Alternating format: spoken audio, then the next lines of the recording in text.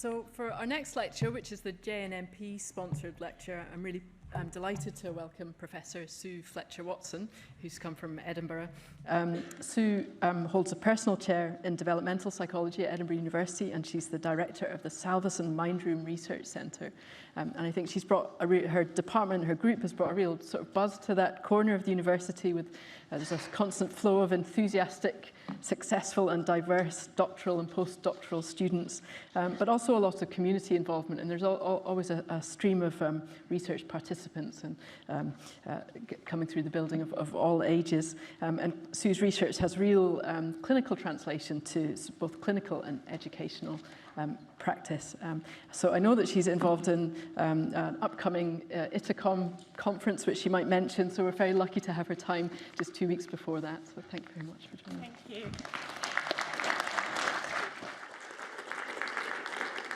Hi, everyone. I'm going to set a little timer for myself. So I know we're running a bit over. I'm going to see if I can catch up a little bit of that time so you can have a bit more of your coffee break back. I'll do my best. Did that just happen on its own? Okay. So all I just wanted to say, sorry, thank you very much, is that this link is to my conflict of interest statement. I don't expect you to write it down, but if you Google my name and the word medium, then you'll find the conflict of interest statement up online if you want to read it. Just to start with, thanks. Obviously, everything I'm going to be talking about today came from a kind of team science approach, and as Laura mentioned, a lot of kind of collaborators, particularly in the autistic community, which is where most of my research, most of our co-production work happens. I should also just say before I proceed is that I'm a developmental psychologist, so I'm neither a neuroscientist or a neurologist or a psychiatrist, so it's very exciting to come to a neuropsychiatry meeting, and I hope my perspective adds something interesting to the meeting, even if it is a little bit different. This is the conference that Laura mentioned. It's happening in about 10 days' time, but there are virtual delegate places as well. So if you're excited by anything I have to say and you want to hear more about this sort of thing, then I would recommend it. Okay. So that's all the blurb to get started. So I'm going to talk a little bit about the status quo in terms of how we define autism and diagnose autism and offer post-diagnostic support to autistic people, and analyze that in terms of whether we think it's really working for autistic people at the moment. I'm then going to present neurodiversity, or the neurodiversity paradigm more specifically, as an alternate underpinning model for how we might think about autism and other diagnoses in that family, neurodevelopmental diagnoses, I mean, and what it would look like if we applied that paradigm in our clinical services. And I'll share a little bit of data from our group just to support that. Okay, so core deficit theories dictate a lot of our understanding around kind of neurodivergence. So these theoretical models attempt to take the complexity and diversity that exist both within a diagnostic group and between diagnostic groups and boil it down to a simple explanatory route. And it's psychologists who have really driven this way of thinking. We're very much responsible for this. So the core part of it is the idea that everyone within a diagnostic group are similar in some kind of central way, ideally a simple and also fundamental way. And the deficit part is the idea that when we're considering a particular diagnostic group, they're best defined by the things that they find challenging, or rather, another way of saying the same thing really is that those diagnostic features that we use to define that particular diagnosis represent a deviation from an ideal or a better way to kind of function in the world. So this is an illustration of the Sally-Ann task, which is used for measuring theory of mind. It's just an example. One of the kind of key core deficit theories is the theory of mind model of autism, but there are others. And these core deficit theories also drive our kind of post-diagnostic process, right? So you rely on these distinctive features to drive a differential diagnostic process. Those features then point or signpost what is the appropriate target for intervention with a desired outcome that's focused on normalization, right? That's been a kind of strong tradition in the field for a long time. So I'm not a big fan of these core deficit theories, and I think we can address both the core part and the deficit part when we're thinking about how to do better. So what about the core assumption, the idea that people within a diagnostic group share some simple, fundamental, underlying feature, right? So, of course, we can group participants. I've said children here, that's where most of my research sits, but you can group a kind of diverse pool of participants from a large cohort study according, of course, to their clinical features or diagnostic label. You could group them according to some dimensions of a cognitive profile, some neurological features or a genetic profile, and I'm sure there are other levels of analysis between these that you could examine. And these clusters seem to have a certain degree of integrity when they're analysed just at that single level. But what we don't find is mapping across those levels of analysis, right? So in this illustration, you've got a couple of different cluster solutions based on a couple of dimensions of interest. So let's say that these are two different neurological features, some particular regional volume, some particular connectivity metric. And so you can create these clusters that appear to have integrity in and of themselves. But in this case, when you map them onto the clinical labels that the participants in that sample have, you can see that there's no mapping between those feature-driven clusters and the clinical level of analysis. And there's a whole wealth of work looking at this. If you're interested to examine it further, then I can really recommend this paper by Duncan Astle and colleagues as a really fantastic kind of overview of current understanding and this transdiagnostic research. And their data come from the CALM clinic, which is a particularly nice transdiagnostic sample of children and young people, many of whom have neurodevelopmental diagnoses. So the core assumption doesn't seem to be holding up very well. What about the deficit assumption? So this is where I'm going to bring my own data in from autism research. So autism, one of the kind of core clinical features is social and communication deficits. But what we have been finding is that these so-called deficits or impairments disappear when you see autistic people interacting with other autistic people. And this is part of a broader discussion that's happening in the field of neurodevelopmental research, where people are really kind of questioning the specificity of our diagnostic labels. You know, we've already heard earlier about the massive overlap between autism and ADHD, for example. And there's a greater focus on understanding the context in which these apparent impairments arise, cultural variation as well, and the role of the environment and other people in driving these phenomena. So this is just a snapshot of our own data. So this is from a diffusion chain study. So essentially what we did was something similar to the game Chinese Whispers. So we had 8 participants in a chain, that's here along the x-axis.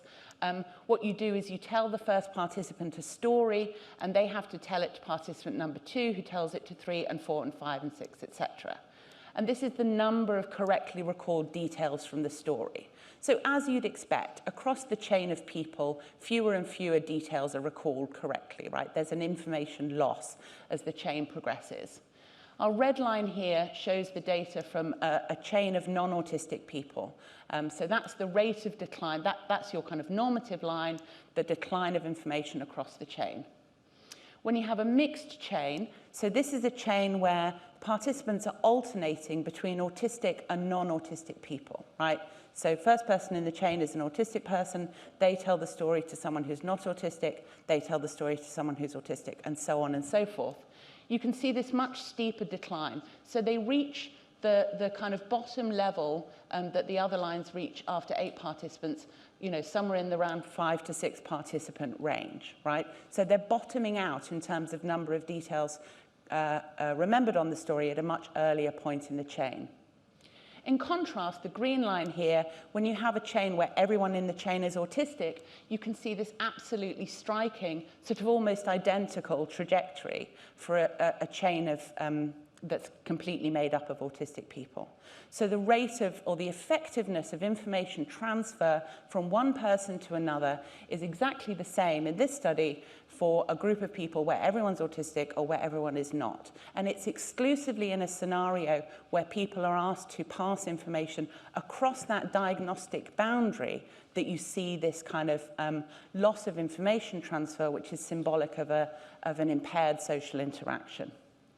So that impairment in interaction exists in the difference between the two interacting people, rather than residing within the autistic person themselves. This is part of a much bigger kind of body of investigation, lots and lots of different studies exploring this phenomenon from different angles, and these are some authors to look up if you're interested to read more. So I'm just going to talk a little bit more about these data and the different ways that we've examined that study. So actually, before we did the diffusion chains, we started off with a qualitative study that examined autistic people's reports of interactions with other autistic people. And what we found was, overwhelming evidence of really favorable interactions with other autistic people. So this is the quote that we picked out for the title. I never realized everybody felt as happy as I do when I'm around autistic people. Looking at the diffusion chain results again, another task. So when we recruited participants to take part in this study, we didn't just tell them a story. We ran a few different tasks down the chains. And one of them was building a tower out of spaghetti and Play-Doh. Raw spaghetti and Play-Doh, I should say. Cooked spaghetti would be hard to turn into a tower. So what we asked was, so one person would build a tower while the other person watched. So participant 1 builds a tower, participant 2 watches. Then it's participant 2's turn to build a tower while participant 3 watches, and then so on and so forth. So it's not a collaborative task. You're not building a tower together. You're building it on your own. And what we were interested to know is whether you get alignment effects. So the idea is that if you feel a social connection with the person who you observe building a tower, if you feel like there's someone you like or there's someone you relate to, you're more likely to copy their tower design, right? And that's a kind of social psychology phenomenon. And so what we wanted to see is when you have a chain of autistic people, is the similarity between their towers greater than when you have a mixed chain of autistic and non-autistic people. And indeed, that's what we found. So we had photographs of the towers independently rated online by about 350 people, obviously without any information about who had built the towers. And we found a stronger familiarity for the chain where everyone's not autistic, also for the chain where everyone's autistic, and in the mixed chain, a real drop in similarity of tower designs across the chain. We also asked people about rapport. So what was their kind of subjective experience of the interaction, right? As opposed to our quantitative measurement of the effectiveness of information transfer. So we found that people in an all-autistic chain or in an all-non-autistic chain reported much higher rapport. And again, in the mixed chain, we had lower rapport scores from the participants in the study. And when observers looked at video clips from the data collection scenario, they detected the same rapport effects. So those were also apparent to independent observers, both autistic and non-autistic. So they could see that people were getting on with each other or not. We also wanted to understand if we could capture anything about the mechanism of these effects, right? So what is it that two autistic people are doing together to have a really positive interaction that is missing when a non-autistic and an autistic person have an interaction, right? So what we looked at was two particular phenomena. Back channeling, that's when you're talking to someone and you go, yeah, and you nod and you kind of make little noises that encourage them and show that you're listening and you're paying attention. And we also looked at eye contact, or I should sort of say, like this was coded from video, right? So it's not as precise as eye contact, but looking at someone's face to show that you're paying attention. So we found that back channeling and eye contact were very high for our non-autistic pairs having an interaction and directly related to rapport. Back channeling was lower, and eye contact were both lower when you had a mismatched pair, autistic and non-autistic, and that was correlated with rapport measures. So the lack of back channeling and eye contact was related to the lack of subjective experience of rapport. But most interestingly, in our autistic pairs, they showed less back channeling and eye contact and no relation with their rapport scores, right? So they weren't using those same social signals to determine whether this was a pleasurable or positive interaction. There's so much more that we could analyze to try and find out what they were using, but that will have to wait for a talk in the future, I'm afraid. Okay, so now these data are not even in a preprint yet, so I hope it's okay to share them, but I thought you would be excited to see them. I'm going to break it down a little bit. Sorry, I know there's a lot on this slide. So what we did here was we showed people videos of the interactions, and we asked if they could tell who was autistic and who wasn't, right? And these are not expert raters. This isn't clinicians or diagnosticians or anything. This is just general members of the public. We had raters who were autistic and raters who were not.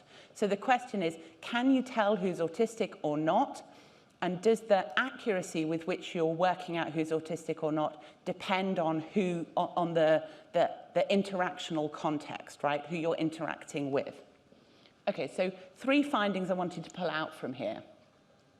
The first one is that autistic raters are less good than non-autistic raters when they are making observations of non-autistic pairs. So this is the data from autistic raters, and this is the pair type is non-autistic, right? So this is 2 non-autistic people interacting autistic raters, and you can see about 28% of the time they're guessing, they are guessing correctly neither person in the interaction. So they're seeing 2 non-autistic people interacting, and they're guessing that both of them are autistic, right? This doesn't happen to non-autistic raters. So in other words, autistic raters are assuming that both people are autistic quite a lot of the time, showing probably a kind of self-neurotype bias, right? I'm autistic and I'm looking for other autistic people in the world, so I'm going to see some autistic people. Okay, mixed pairs, when you've got an autistic and non-autistic person interacting, were by far the easiest to guess correctly overall. And for those mixed pairs, autistic raters were a bit better than non-autistic raters. So they were so this is for mixed pairs only. You've got your non-autistic person and your autistic person. That's your non-autistic rater and your autistic rater. Sorry, I know it's a lot of data to break down, but essentially you can see the autistic raters are getting really high accuracy in those mixed pairs. So they know someone's autistic and they know which one it is, right? The non-autistic raters, a bit less good, especially quite often guessing that the autistic person in the pair is not autistic. So showing that same neurotype bias, again, that we saw autistic people make as well. Okay, and then the last finding is that all raters perform poorly with autistic pairs, and this is my favorite finding. So when you've got 2 autistic people interacting, the non-autistic raters particularly are well below chance. Half the time, they're looking at 2 autistic people having a conversation and they're saying there's no autistic people in this interaction, right? Sometimes they're picking up one of them. Almost never are they detecting both autistic people in the interaction. The autistic raters are doing better, but still not that great, right? So some of the time they're saying there's no one autistic here. More often they work out that one of the people is autistic but not the other. So what does all of this mean? So the communication and interaction deficits that are enshrined in our diagnostic criteria for autism, in this study at least, were arising or apparent exclusively during cross-neurotype interactions. And they were invisible to non-expert observers, both when they were rating rapport and guessing diagnostic status. We also found that autistic people interactions with each other were implicitly aligned, as evidenced by the similarity of their spaghetti towers, that they are using a different set of markers to non-autistic people to judge rapport, right? So they're not relying on back channeling and eye contact, at least. And there's a suggestion here that perhaps autistic people are more flexible and more tolerant of individual differences in interaction. That actually partly comes from some focus group data that I haven't shared today. So one intriguing possibility is that while we think of autistic people as rigid and inflexible, it may be that when it comes to social interactions, they're actually much more open and flexible than neurotypical or non-autistic people are. So I'm excited about the possibility that we ought to be re-examining some of our autism diagnostic criteria. But of course, this is just one study that we've analysed in all sorts of exciting ways. It needs replication, and in particular, it needs extension to autistic people with a learning disability, because we've only done this research with autistic people who have a kind of normal range IQ. Both of those things are currently happening in our lab, and I will be happy to let you know about them when they're finished. In particular, the replication study we're really excited about. We've got a funded replication underway, and it's been accepted as a stage 1 registered report, which I'm really, I just think it's really cool. And, and we're doing that replication with a sample that's 3 times the size of the original study. So it's going to be really fun to find out whether we get the same thing. If we don't, it'll be very traumatic. Okay, so that's a little deviation into our own data, but I suppose what I'm saying there is, you know, going back to where I started, these core deficit theories, I think we really need to think critically about whether a social communication deficit really is a central feature of autism. Okay, so I'm just checking my time. So let's just go back to this analysis of the status quo then. Traditional intervention models. I flagged these already. So this idea that we start with our kind of core deficit, which leads us down an intervention path and towards a normalization outcome. So I'm actually going to skip through this, but what I wanted to flag here is the idea that a good intervention should be supported by a robust evidence base, meaningful and useful to the community, and also transparently reported in the research literature. And essentially, I'm not going to read these quotes out. I'll put these slides up online so you can look at them later. But none of these 3 things seem to be the case in the autism literature, right? We have a raft of interventions that do not have a good evidence base, that are not positively appraised by the autistic community, and that are not effectively reported in the literature. So this is further evidence that our core deficit model is not really serving its purpose. It isn't really enhancing our understanding. It seems to be based on assumptions that at the very least need to be questioned, and it's not really delivering kind of post-diagnostic support that is benefiting people. So what's the alternative way of doing things? So I think the neurodiversity model offers us a really exciting alternative paradigm for thinking about not just autism, but other neurodevelopmental diagnoses and perhaps the wider psychiatric diagnostic portfolio as well.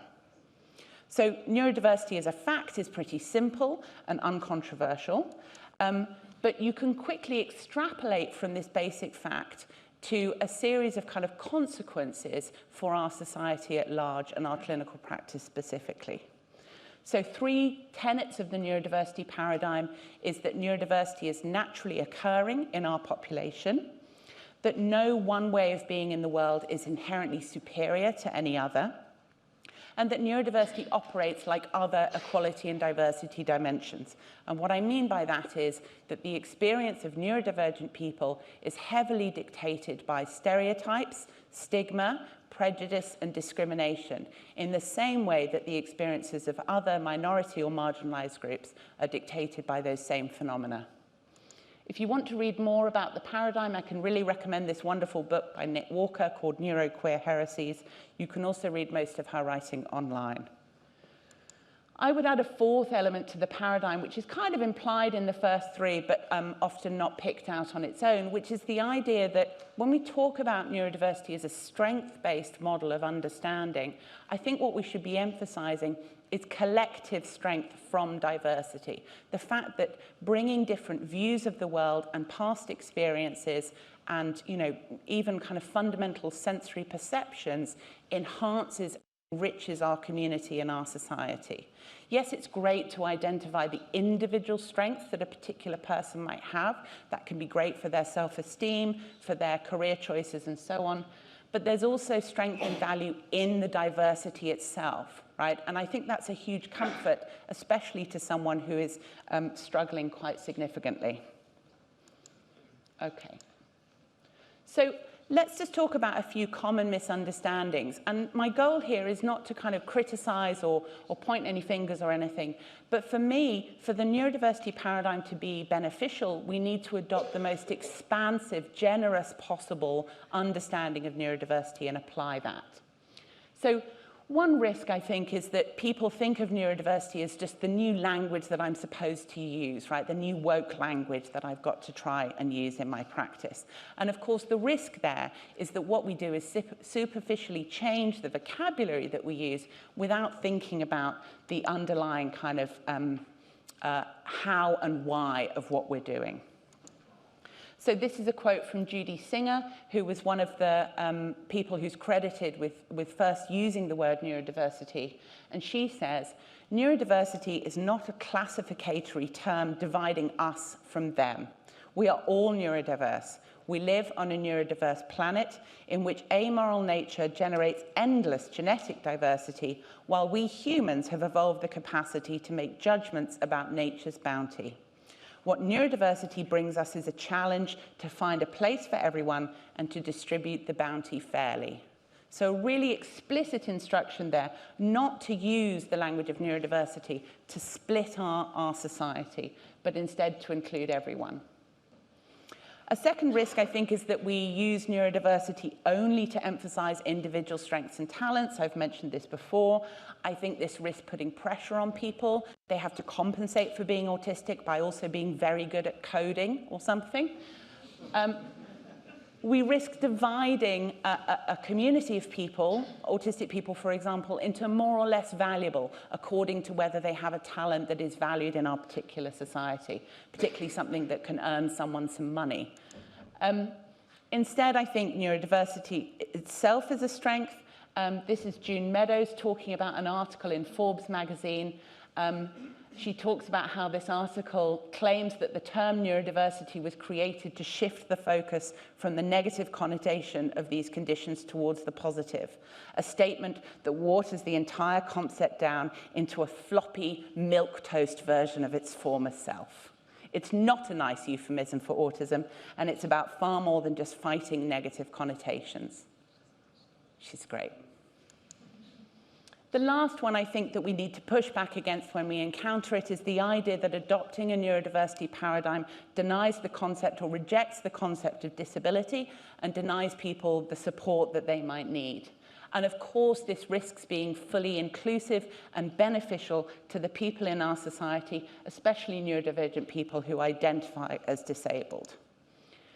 Instead, I think the neurodiversity paradigm fully embraces the concept of disability, and the whole point of the shift is to offer support without a layer of judgment and without a normalization agenda, without that support being focused on, can you just make yourself a little bit more like most other people, please? Can you work a bit harder to fit into what our society wants you to do? So this is a quote from Robert Chapman, one of my favorite neurodiversity scholars, and they say, we should not jump to rejecting the very possibility of mental pathology or of a wrong brain. Rather, we must work on allowing more space for individuals and groups to self-define as healthy or ill, different or disordered, perfect or broken, in need of either medical or political intervention or whatever combination of these. So a really strong call that neurodiversity, that if you're neurodivergent and you'd like some medications, please, thank you very much, that would be nice. You're not doing neurodiversity wrong, right? If you go to your doctor and you say, please, can I have something to help me with this? On that note, I wanted to just say something really explicit for this audience about whether neurodiversity is an anti-psychiatry movement. I think it's definitely not. Though there may be people who subscribe to both as individuals. But there are a couple of reasons why people might worry that it might be. So something that neurodiversity advocates often talk about is rejection of the medical model, right? What I think that means is moving away from the default pathologization of differences and a kind of strong disease narrative. So the idea, and we see this in research papers all the time, you get a group mean difference between autistic and a non-autistic group, and it's like, oh, and this represents a deficit on the part of the autistic people. I actually looked at a paper the other day which examined tendency towards deception. Autistic people less likely to be deceptive. This is a deficit on the part of the autistic person. I kid you not. So that default pathologization, that's a symptom, that's a bad thing because it's associated with autism. That's what we want to reject. What we want to keep is the excellence in research methods that is part of biomedical research. We want to keep access to clinical services and expertise. People talk about neurodiversity as a rights-based framework. What we're talking about there is moving away from this normalization agenda. It's about promoting and embracing the right to be who you are in the world, to live your best life as an autistic person, for example. What we want to do is retain the right within that to expert and appropriate medical care. For lots of autistic people at the moment, that's about expert care for co-occurring mental illness, so anxiety and depression, as I'm sure you'll be very well aware. And finally, there's a huge value placed on neurodivergent expertise. So for me, bringing autistic people in to the research that I'm doing, since I'm not autistic myself.